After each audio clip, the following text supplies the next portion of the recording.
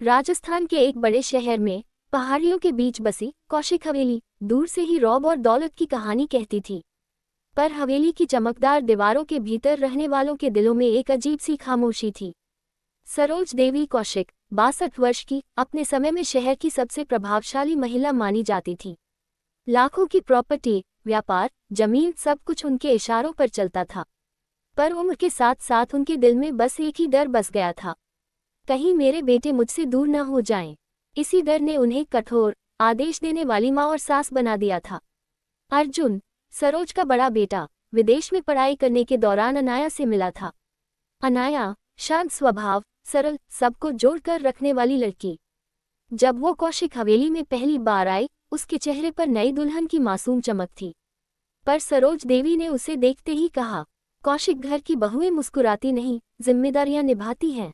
ये सुनकर अनाया के चेहरे की मुस्कान भूल सी गई, पर उसने मन ही मन सोचा, मैं प्यार से सब दिल जीत लूंगी, धीरे धीरे सब ठीक हो जाएगा। छोटा बेटा विवान अपने ही अंदाज का फ्री स्पिरिटेड इंसान था। उसे प्यार हुआ social media content creator Riddhima से। कैमरे के सामने हंसने वाली रिद्धिमा के दिल में बचपन के घाव थे। टूटा हुआ परिवार, संघर्ष, अकेलापन। जब वो हवेली में आए, सरोज देवी ने उसके पहनावे, बोलने और पढ़ाई तक पर तंज कस दिए। रिद्धिमा पहली ही रात रोते रोते सो गई। उसने विवान से कहा, तुम्हारी माँ मुझे कभी अपनाएंगी नहीं। विवान ने हाथ पकड़कर कहा, मैं हूं न, हम मिलकर लड़ेंगे। पर ये बातें कहने जितनी आसान नहीं थीं। समय बीतने लगा। अनाया और रिद्धिमा एक दूसरे से बिल्कुल अलग थीं। एक शांत नदी, एक तेज हवा, पर एक बात दोनों में समान थी, दिल का दर्द। धीरे धीरे दोनों के बीच बहन जैसा रिश्ता हो गया। कई रातें ऐसी थीं जब दोनों रसोई में बैठकर चुपचाप चाय पीती और मन की बातें कर लेती। अनाया अक्सर कहती, रिद्धिमा, हम बहू नहीं, सिर्फ इंसान हैं। कभी कभी खुद को भी गले लगाने की जरूरत होती है। रिद्धिमा सुनकर रो पड़ती। सरोज देवी को हमेशा लगता था कि बहुएं उनके बेटों को उनसे दूर कर देंगी, इसलिए वो हर बात पर तानाशाही दिखाती। समय से खाना, पहनावा, घर के नियम, मोबाइल कब तक उपयोग करना, सब पर पहरा।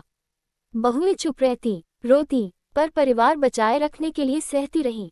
एक दिन सरोज देवी ने दोनों बहुओं को झिड़कते हुए कहा, इस घर की शान तुम दोनों से नहीं, मेरे बेटों से है। ये सुनकर अनाया टूट गई। रिद्धिमा गुस्से में चिल्लाना चाहती थी, पर उसने खुद को रोक लिया। एक दिन अर्जुन और विवान को बिजनेस के सिलसिले में बाहर जाना पड़ा। हवेली में सिर्फ सरोज और दोनों बहुएं थीं। उसी रात सरोज देवी की तबीयत अचानक खराब हुई। अनाया ने तुरंत डॉक्टर बुलाया। रिद्धिमा ने दवा दी, पानी पिलाया, पैर दबाए। डॉक्टर ने कहा, ये तनाव की वजह से है। इनकी उम्र में प्यार की जरूरत है, दबाव की नहीं। ये सुनकर सरोज देवी चुप हो गईं। रात को जब आंख खुली तो उन्होंने देखा कि दोनों बहुएं फर्श पर बैठी उनका हाथ पकड़े सो गई थीं। उनकी आंखें भर आईं। सुबह जब अनाया पूजा की तैयारी कर रही थी, सरोज धीरे धीरे आई और बोली, तुम दोनों मेरे साथ इतना अच्छा क्यों कर रही हो? अनाया मुस्कुराए, क्योंकि परिवार प्यार से चलता है, डर से नहीं। रिद्धिमा बोली, आप भी किसी की बेटी रही होंगी, हम भी हैं, बस थोड़ा प्यार चाहती हैं। सरोज देवी की आंखें भर गईं। उसी क्षण पहली बार उन्होंने बहुओं को बेटियां कहा। कुछ दिनों बाद हवेली में एक पुरानी अलमारी साफ करते हुए रिद्धिमा को एक डायरी मिली। सरोज देवी की पुरानी डायरी। उसमें लिखा था, मैंने अपनी जिंदगी अकेले बिताई है। पति बिजनेस में व्यस्त, बेटे हॉस्टल में। मैंने सिर्फ जिम्मेदारियां निभाई, पर प्यार किसी से नहीं मिला। इसलिए मुझे डर लगता है कि लोग मुझे छोड़ देंगे। डायरी पढ़कर दोनों बहुओं की आंखें भर आईं। उन्हें समझ आया कि कठोरता के पीछे सालों की तन्हाई और अधूरा प्यार छुपा था। अनाया ने कहा, हम अपनी सास को ठीक करेंगे, प्यार से। रिद्धिमा बोली, अब हवेली में डर नहीं, सिर्फ परिवार होगा। दोनों ने मिलकर हवेली में छोटे छोटे बदलाव शुरू किए। हर दिन सब साथ में खाना, छोटा सा फैमिली टाइम, सरोज देवी को सोशल मीडिया पर जोड़ना, उनके पुराने शौक वापस दिलाना, और सबसे जरूरी उनके दिल से बातें करना। धीरे धीरे सरोज देवी खुलने लगी। पहली बार उन्हें लगा, मैं अकेली नहीं हूँ। एक दिन सरोज देवी ने दोनों बहुओं को कमरे में बुलाया। आंखों में आंसू थे। उन्होंने कहा, मैंने तुम दोनों के साथ बहुत गलत किया, माफ कर दो मुझे। अनाया ने तुरंत उनका हाथ थाम लिया। रिद्धिमा ने उन्हें गले लगा लिया। तीनों रो पड़े। सालों की दूरी उस पल पिघल गई। जब अर्जुन और विवान घर लौटे तो हवेली की हवा ही बदल चुकी थी। रंग, रौनक, हंसी, सब कुछ नया था। विवान ने कहा, माँ, आप मुस्कुरा रही हैं, चमत्कार। सरोज देवी ने हंसते हुए कहा, तुम्हारी बहुएं जादूगरनी हैं। बहुओं के चेहरे खुशी से चमक उठे। हवेली में पहली बार सभी एक साथ बैठे थे। सरोज देवी ने सबको मिठाई खिलाते हुए कहा, आज से ये हवेली मेरी नहीं, हम सबकी है, और मैं वादा करती हूँ कि अब मैं सिर्फ सास नहीं, माँ बनकर रहूंगी। अनाया, रिद्धिमा और सरोज तीनों ने एक दूसरे को गले लगाकर इस नए रिश्ते को हमेशा के लिए पक्का कर लिया। कौशिक हवेली आज भी उतनी ही भव्य है, लेकिन अब दीवारों में तन्हाई नहीं, हंसी और प्यार बसता है। अनाया और रिद्धिमा ने मिलकर हवेली को घर बनाया। सरोज देवी अब सख्त सास नहीं, सबकी प्यारी सरोज माँ बन गई। और कहानी सिखाती है, रिश्ते खून से नहीं, प्यार, धैर्य और समझ से बनते हैं। एक रात अनाया पूजा घर में बेहोश हो जाती है। डॉक्टर बुलाया जाता है। जांच के बाद डॉक्टर कहता है, अनाया माँ नहीं बन सकती। ये सुनकर सास सरोज देवी अंदर से टूट जाती हैं। वो अपना भाव छुपाते हुए कहती हैं, तुम्हारी कोई गलती नहीं, घर की खुशी तुमसे नहीं, तुम्हारे दिल से है। लेकिन अंदर ही अंदर वो डर जाती हैं कि बड़ा वंश कैसे चलेगा। कहानी यहाँ से बहुत इमोशनल और जटिल हो जाती है। रिद्धिमा का एक वीडियो अचानक सोशल मीडिया में वायरल हो जाता है, जिसमें वो अपने पुराने परिवार के बारे में शिकायत कर रही होती है।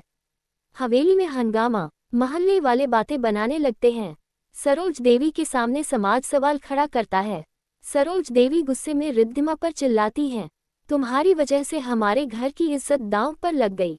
रिद्धिमा बुरी तरह टूट जाती है, लेकिन बाद में पता चलता है वीडियो एडिट किया गया था, किसी ने जानबूझकर फेक ड्रामा बनाया था। कौन, क्यों, यही आगे का बड़ा रहस्य बनता है। एक दिन स्टोर रूम में सफाई करते हुए रिद्धिमा को एक पुरानी फटी हुई फाइल मिलती है, जिसमें सरोज देवी के पति की वसीयत होती है। उसमें लिखा होता है, अगर मेरे दोनों बेटे आपस में लड़ जाएं या मेरी बहुएं घर छोड़ जाएं, तो पूरी हवेली और बिजनेस एक तीसरे नाम पर चला जाएगा। उस तीसरे नाम को पढ़कर सब चौंक जाते हैं।